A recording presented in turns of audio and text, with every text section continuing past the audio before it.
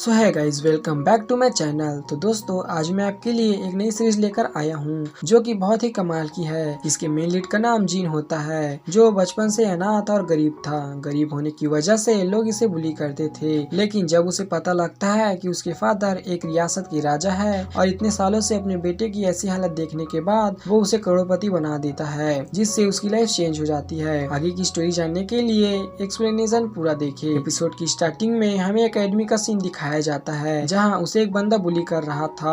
उसकी बातें सुनने के बाद वहां एक और बंदा आता है जो उसे पोलाइटली बात करने को कह रहा था, क्योंकि जिन उसका रूममेट था। ये बोलने के बाद वो उसे ऑर्डर देते हुए कहता है कि जब कचरा फेंकने बाहर जाओगे ना, तो मेरे लिए कुछ खाने को लेते आना। ये सुन के जिन कहता है कि शाम को बाहर जाना कॉलेज के रूल के खिलाफ है, पर वो लड़का गुस्से में कहता है कि क्या तुम्हें मार खाना है? मैं सेकेंड लेवल का बॉडी कल्टिवेटर हूँ, अगर ज्यादा पंगा लिया ना तो डिस्ट्रॉय करके रख दूंगा।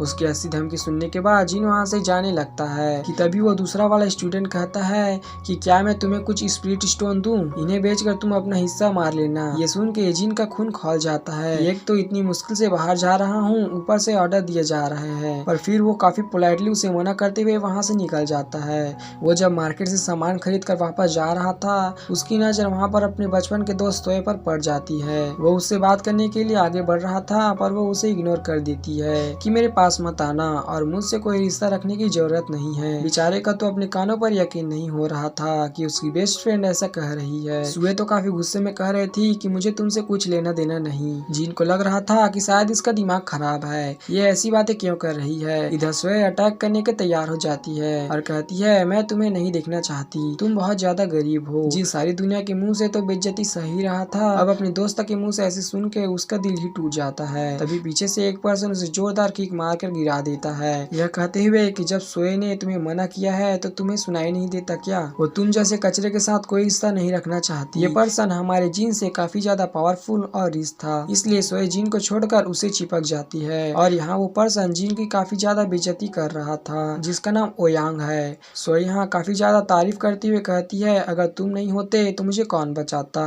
ये सब देखने के बाद तो जिन बहुत गुस्सा हो जाता है। वो कहता है कि सोए, क्या मैंने तुम्हारी कभी बेइज्जती की या मेरी वजह से तुम्हारी इंसल्ट हुई? तो तुम मुझे ऐसे पीठ दिखाकर कैसे जा सकती हो? ये सुन सोए कहती है कि तुम इसी लायक हो, तुम्हें कचड़े के अलावा और कुछ नहीं हो। आसपास खड़े लोग भी जिनकी बेइज्जती करने लगते हैं कि यह तो बहुत फालतू है, ना तो इसके पास पावर है ना ही पैसा। पता नहीं खुद को क्या सोच के सोए के लायक समझ रहा है। और वो लड़की इतनी ज्यादा खूबसूरत है कि पता नहीं इसके साथ बचपन से कैसे रहती आई होगी। इतना कुछ सुनने के बाद तो जिन को इतना ज्यादा गुस्सा आ रहा था कि उसका गुस्सा देखने के बाद सोए नाटक करती हुए कहती है कि देखो ये मुझे कैसे घूर रहा है। और इसकी ऐसी नाटक देखने के बाद ओयांग कहता है आखिर इस बदतमीज की हिम्मत कैसे हुई तुम्हें देखने की? मैं इसका वो हाल करूंगा कि आज के बाद ऐसे किसी को नहीं देखेगा।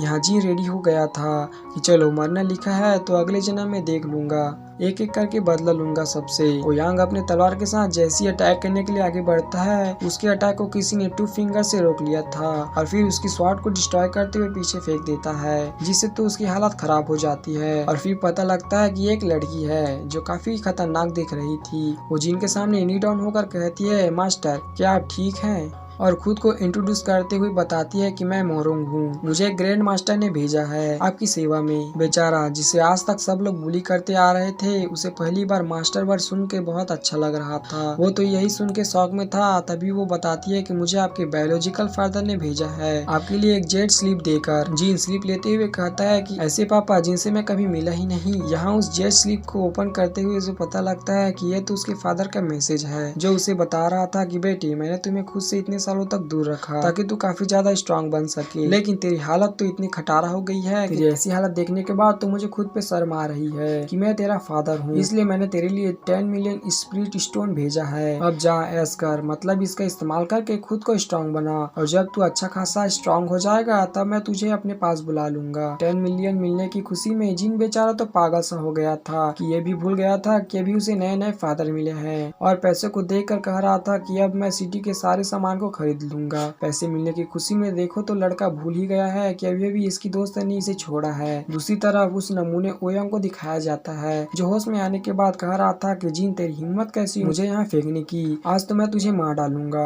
और ये बोलकर वो उसे पे दोबारा अटैक करने के लिए आगे बढ़ रहा था, पर मोरोंग मैडम तो ऐसे घूर के देखती है कि ओयोंग की आत्मा बाहर आ जाती है। ओयोंग की हालत देखने के बाद सोए काफी गुस्से होकर जिन को उल्टा सीधा बोलने लगती है और ये सुनने के बाद मोरोंग कहती है कि तुम्हारी हिम्मत कैसे हुई मेरे मास्टर से ऐसी उल्टी पुल्टी बातें करने की। और फिर वो हवा में उड़कर उसे सकिंग पाम से उसका गला दबा लेती है। उसे हवा में फ्लोट करते हुए देखकर आसपास के लोग कह रहे थे कि ये लड़की तो काफी ज्यादा स्ट्रांग है, ये यूनियन फेरी बन गई है जो कि एक सोल स्टेज लेवल से भी ज्यादा ऊपर की है। और फिर हमें पता लगता है कि मोरोंग जितनी पावर अभी तक इसकी एकेडमी में कोई भी नहीं है। दूसरी तरफ जिन को दिखाया जाता है जो मोरोंग से कह रहा था कि इसे छोड़ दो, जहाँ मोरोंग कह रहे थी कि मास्टर इसने आपकी बेइज्जती की है, इसे सबक तो सिखाना पड़ेगा। तो जिन कहता है कि अगर ये बदतमीज है तो होने दो, मैं थोड़ी ना कोल्ड ब्लडेड पर्सन हूँ। और फिर जिन कह रहा था कि सुन लो कान खोल के, आज के बाद हम दोनों अजनबी हैं, कभी मिले तो ऐसे गुजर जाएंगे जैसे कि जानते ही नहीं। अब मोरोंग अपनी मास्टर की बात सुनकर उसे छोड़ देती है जिससे वो जमीन पर आकर गिरती है। और फिर मोरोंग के ये कहने पर कि ओयोंग का क्या कहना है, वो तो घुटने के बल आ जाता है। डर से बेचारे की हालत खराब हो रही थी